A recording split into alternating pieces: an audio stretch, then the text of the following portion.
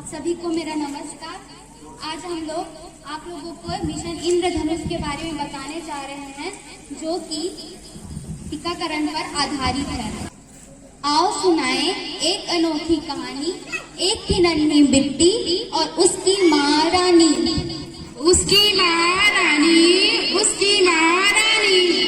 माँ को था बच्ची से भरपूर प्यार, इसीलिए 1.5 माह का टीकाकरण करवाया दूसरी बार।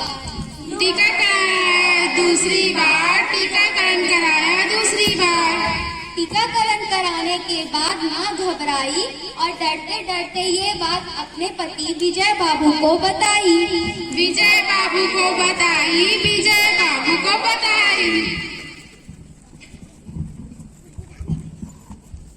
हे भगवान, अब मैं क्या करूं? बिट्टी को तो बुखार आ रहा है।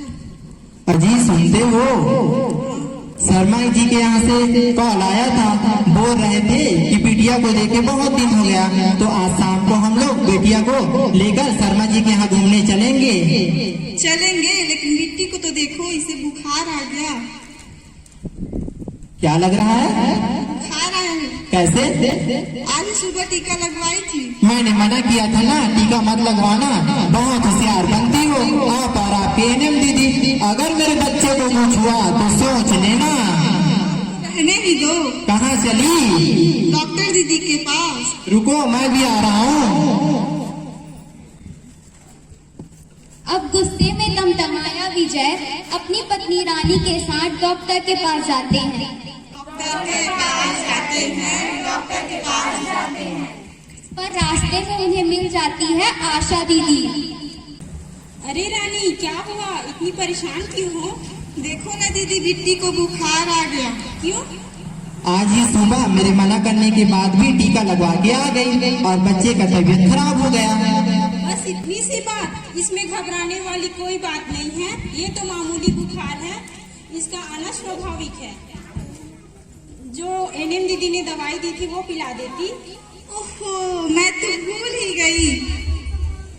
रानी को अपनी भूल समझती आई, गलती कर दी, नहीं दी दवाई। अगर दवाई दे देती तो नहीं आता बुखार और ना ही सुननी पड़ती विजय बाबू की फटकार। विजय बाबू की फटकार, विजय बाबू की फटकार। लेकिन आप लोग की तसल्ली के लिए हम डॉक्टर दीदी के पास चलते हैं, वो आप लोग को समझा देगा। ठीक है दीदी। नमस्ते डॉक्टर दीदी। नमस्ते। कहो कैसे आना हुआ? दीदी, बिट्टी को बुखार आ रहा है। कैसे? आज ही टीका लगवा के आ गई और मेरे बच्चे को बुखार आ रहा है। देखो इनका करतूत। नहीं, इसने तो ये ठीक किया। कैसे? मैं बताती हूँ, ठीक है। हमारा शरीर एक किले की तरह होता है। आपने देखा होगा कि किले में फौज होती है जो उसकी सुरक्षा दुश्मनों से करती है। वैसे ही हमारे शरीर में भी एक फौज होती है जो हमें बीमारी फैलाने वाले कीटाणु एवं विषाणु से बचाते हैं। हमारे शरीर में 2 तरह की कोशिकाएं होती है, लाल कोशिकाएं और श्वेत कोशिकाएं। जो श्वेत कोशिकाएं होती है वो जीवाणु एवं विषाणु को मारती है और हमारे शरीर की सुरक्षा करती है। जैसे हम लोग टीका लगाते हैं तो उससे बुखार आना स्वाभाविक है।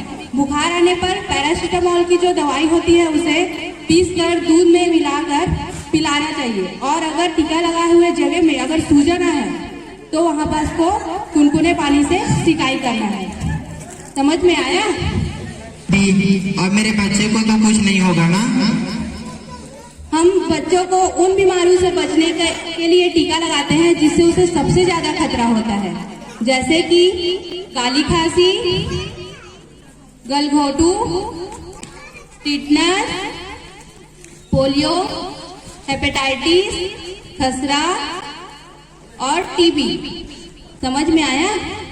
जी डॉक्टर दीदी, अब मैं तो अपने बच्चे को संपूर्ण टीका करवाऊंगा और अपने बच्चे को स्वस्थ रखूंगा। धन्यवाद दीदी।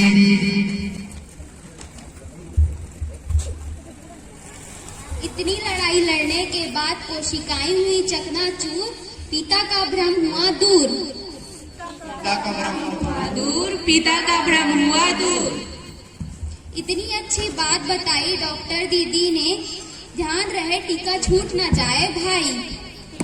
छूट न जाए भाई, टीका छूट न जाए भाई। अंत में एनएम दीदी ने एक और महत्वपूर्ण बात बताई। नमस्कार, मैं हूँ आप लोग की एनएम दीदी। अब आप 4 महत्वपूर्ण संदेशों को सुने और इन संदेशों को सुनकर गांठ बांध ले। पहला, कौन सा टीका दिया है और वह किस बीमारी से बचाव करता है। दूसरा, टीकाकरण के बाद कौन सी मामूली प्रतिकूल प्रभाव हो सकता है, जैसे कि बुखार, चिड़चिड़ाहट, सूजन, गांठ, ये सब चीज।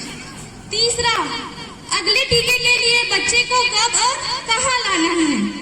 चौथा, सबसे महत्वपूर्ण, टीकाकरण कार्ड को अपने साथ में रखें व टीकाकरण के लिए कार्ड को साथ में लेकर आए। धन्यवाद। समझदारी दिखाए, टीकाकरण जरूर लगाएं।